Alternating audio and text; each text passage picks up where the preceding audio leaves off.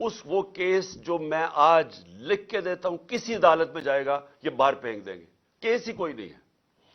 وہ رپورٹ کے اوپر ایف آئی اے میرے اوپر وارنٹ نکال دیتی ہے, اور وہ اسی کے اوپر وہی جو کیس ہے پروہیبٹڈ فنڈنگ کا, اس میں باقیوں کو سارا بری, عدالت بری نہیں کرتی, ان کی ضمانت دے دیتی ہے سب کو. عمران خان کے اوپر وارنٹ نکلاتا ہے, اور ہر کوشش کی جا رہی ہے کہ کسی نہ کسی طرح تحریک انصاف کی لیڈرشپ یا عمران خان کو جیل میں ڈالو یا ڈسکوالیفائی کرو یا ہمارے لوگوں کے اوپر ہر قسم کا پریشر ڈالو. کاف لیگ, میں آج یہ اس کے اوپر بھی بات کرنا چاہتا ہوں کہ پہلے تو ان کو پورا آ کے یہاں زور لگایا گیا, جو لوگ اپنے آپ کو نیوٹرل کہتے ہیں انہوں نے پریشر ڈالا, پورا ایجنسیز نے پریشر ڈالا کہ عمران خان کو چھوڑ کے تو نون لیگ کی آپ ہم چیف منسٹرشپ ملتی ہے آپ وہ لے لیں. ہمارے لوگوں کو, ایم پیز کو جب یہ ووٹ آف کانفیڈنس آنی تھی, ان سب کو کہا گیا, بلا بلا کے چن چن کے لوگوں کو, سب کو نہیں, چن چن کے لوگوں کو کہا گیا کہ آپ چھوڑیں, عمران خان کے اوپر کانٹا ڈال دیا گیا, اب نون لیگ جائیں, آپ نے ووٹ نہیں ڈالنی. سب کے اوپر پریشر ڈالا گیا, ان کے اوپر پیسے بھی آفر کیے گئے, اور پھر ان کو دھمکیاں دی گئی کہ آپ کی کوئی فیوچر نہیں ہے تحریک انصاف میں. چودھری پرویز الہی کو میں آج داد دیتا ہوں, ان کو اور ان کے بیٹے مونس الہی کو, کہ انہوں نے ان ساری دھمکیوں کے باوجود, پورا زور لگانے کے باوجود, ان کو کہا ہم آپ کے اوپر کرپشن کیسز کر دیں گے, ہم آپ کو چھوڑیں گے نہیں. ایک ان کا کوئی جاننے والا مونس الہی کا, اس کو پکڑ کے لے گئے, 3 دن اس کو رکھا, اس کو مار مور کے, اس کو اچھی طرح مار کے, اس کو ظلم کر کے گھر واپس لے کے آئے. ابھی بھی ان کا سیکرٹری جو ہے پرویز الہی کو, وہ غائب ہے. صرف ایک پریشر ڈال رہے ہیں کہ عمران خان کو چھوڑ دو, اور انہوں نے پوری کوشش کی تھی کہ وہ گورنمنٹ نہ ڈیزالو کرے تاکہ الیکشنز نہ ہو جائے. اس لیے ہم نے پرویز الہی کو آنر کیا کہ انہوں نے اس سارے پریشر کے باوجود انہوں نے اپنی پارٹی بھی ضم کی, اور اس لیے ہم نے آنر کیا کہ ہم اعزاز دیتے ہیں پریزیڈنٹ اپنی پارٹی کا بنانے کے لیے. میں یہ آپ کو ساری چیزیں اس لیے بتا رہا ہوں کہ اس طرح کی چیزیں کبھی پاکستان کی سیاست میں نہیں ہوئی.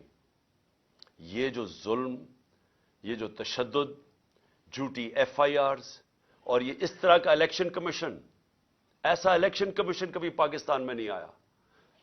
ہم نے اپنی اسمبلیز ڈیزالو کی, 2 انہوں نے کیئر ٹیکر گورنمنٹس بنانی تھی, ہم نے وہ نام دیے جو کہ ساروں کو ایکسیپٹیبل تھے, وہ نام جو کریڈیبل تھے, جن کی کوئی جو رسپیکٹ تھی معاشرے میں. ہمیں پتا تھا کہ نون لیگ بھی ان کو جانتی ہے. انہوں نے چن کے یہاں چیف منسٹر پنجاب کا لے کے, جو ہمارا سخت مخالف تھا. اس کے بعد ہم نے 23 نام دیے, 22 نام دیے الیکشن کمیشن کو. ہم نے کہا ان لوگوں نے ہمارے اوپر ظلم کیا تھا 25 مئی کو, آپ ان کو مہربانی کر کے پنجاب میں نہ لگائیں. تقریباً سب کو لگا دیا انہوں نے پنجاب میں. وہ لوگ جنہوں نے ہمارے اوپر تشدد کیا تھا ان کو لگا دیا آج ہمارے اوپر. اور وہ نظر آ رہا ہے, ابھی ایک راجن پور میں, جامپور میں الیکشن ہو رہا ہے, بائی الیکشن جعفر لگاری کا. ساری ہمارے کارکنوں کے اوپر کیسز بن رہے ہیں. پولیس اور انتظامیہ پورا ان کے خلاف نکلی ہوئی ہے, ڈرا رہی ہے, دھمکا رہی ہے, اور ان کے جو نون لیگ کا کینڈیڈیٹ اس کو اوپنلی اس کی سپورٹ کر رہی ہے. تو ایسا کبھی بھی کیئر ٹیکر تو آیا ہی نہیں ہے. کیئر ٹیکر ایسا لے کے آئے ہیں جو کہ جس طرح شہباز شریف کنٹرول کر رہا ہے اس کیئر ٹیکر کو. یہ سارے وہ لوگ ہیں جو انہوں نے حمزہ شریف کے دور میں رکھے ہوئے تھے, اور ادھر پختونخوا کے اندر ساری مولانا فضل الرحمان کی کیبنٹ اور ان کے کہنے پہ سب کچھ ہو رہا ہے. تو یہ ایسی الیکشن کمیشن, اور جو اس نے پھر آگے کیا ہے, جو وہ دیکھ رہے ہیں کہ یہ جو سارے سٹیپس لے رہے ہیں, یہ صرف اور صرف تحریک انصاف کے خلاف ہے. الیکشن کمیشن کے بھی سٹیپس, کیئر ٹیکر گورنمنٹ کے بھی سٹیپس صرف اور صرف ہمارے خلاف ہے. اور وہ حکم کس سے لے رہے ہیں؟ وہ لے رہے ہیں جناب یہ نون لیگ والے سے, شہباز شریف سے. مریم وہ ساری جگہ پھر رہی ہے, پروٹوکول, گاڑیاں, پنجاب گورنمنٹ کا پیسہ خرچ کر رہے ہیں کنونشنز پہ.